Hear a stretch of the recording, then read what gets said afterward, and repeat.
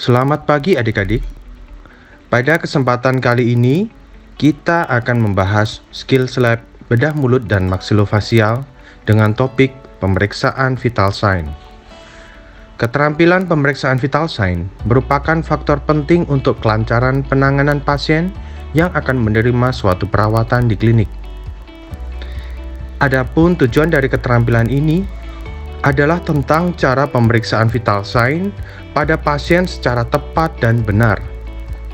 Pemeriksaan ini digunakan untuk mendukung tindakan yang diterima oleh calon pasien eksodonsi di klinik.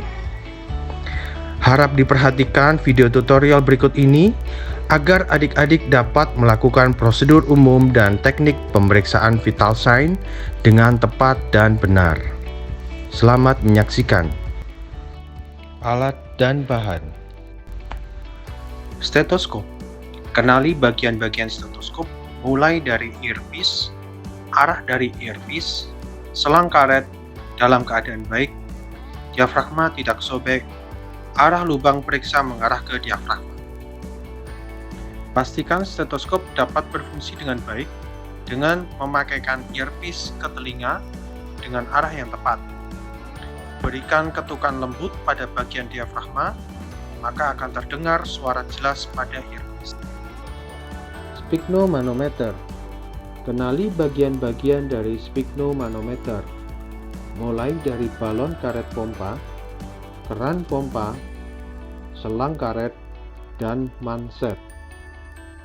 Untuk selang karet, jika dalam keadaan baik, yaitu kondisinya lentur dan tidak lengket. Untuk ukuran manset, dapat disesuaikan dengan lengan pasien. Kondisi manset yang baik, yaitu pada saat digembungkan, balon manset dapat menggembung dengan baik. Termometer digunakan untuk mengukur suhu tubuh pasien. Pemakaian termometer diletakkan pada bagian aksila selama 20 detik. Prosedur umum pemeriksaan tanda vital. Yang pertama, penderita dipastikan dapat diajak berkomunikasi dengan baik.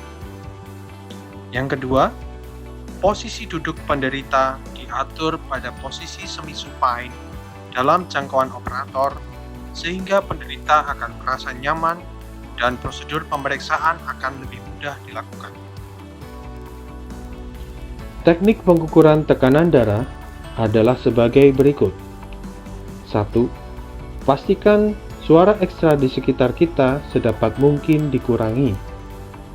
2. Pasien dibiarkan duduk dengan tenang selama 5 menit. 3. Dilakukan perabaan pada arteri brachialis. 4. Lengan kanan pasien dibalut dengan manset dalam keadaan kempis dengan tepi distal manset berjarak 1,5 cm proksimal dari arteri brachialis. 5. Manset kemudian dipompa sambil memperhatikan pergerakan jarum manometer hingga arteri radialis tidak teraba lagi. Kemudian dipompa lagi sampai tekanan bertambah kurang lebih 30 mm Hg. 6. Earpiece stetoskop dipasang pada telinga operator, kemudian diafragma stetoskop diletakkan pada arteri brachialis. Lalu tekanan diturunkan perlahan-lahan dengan cara membuka keran pompa. Degup pertama denyut arteri brachialis yang timbul adalah tekanan sistolik. 7. Tekanan diturunkan terus sambil mendengarkan suara degup arteri brachialis dan memperhatikan gerakan jarum pada manometer. Saat suara degup tersebut mulai hilang, maka didapatkan tekanan diastolik. 8. Bila tekanan diastolik sudah ditemukan, manset dapat dikempiskan dengan membuka keran pompa lebih besar. 9. Untuk mendapatkan hasil yang ideal, pengukuran dapat dilakukan 2 kali dengan selang waktu 5 menit. Kemudian diambil nilai rata-ratanya. Nadi. Tujuan pemeriksaan nadi untuk menentukan frekuensi dan irama kerja jantung dan kekuatan tekanan aliran darah pada dinding arteri. Yang dinilai dari irama adalah teratur atau tidak teratur. Teknik pemeriksaan nadi. Meraba dengan 3 jari tangan, digiti 2, 3, 4 manus, tepat di atas arteri radialis. Digiti 2 dan digiti 4 dilakukan untuk fiksasi dan digiti 3 untuk deteksi denyutan. Setelah denyut nadi teraba, jari-jari dipertahankan pada posisinya, kemudian dilakukan pengukuran frekuensi dan irama nadi. Pernafasan. Tujuan pemeriksaan pernafasan adalah untuk menilai frekuensi pernafasan.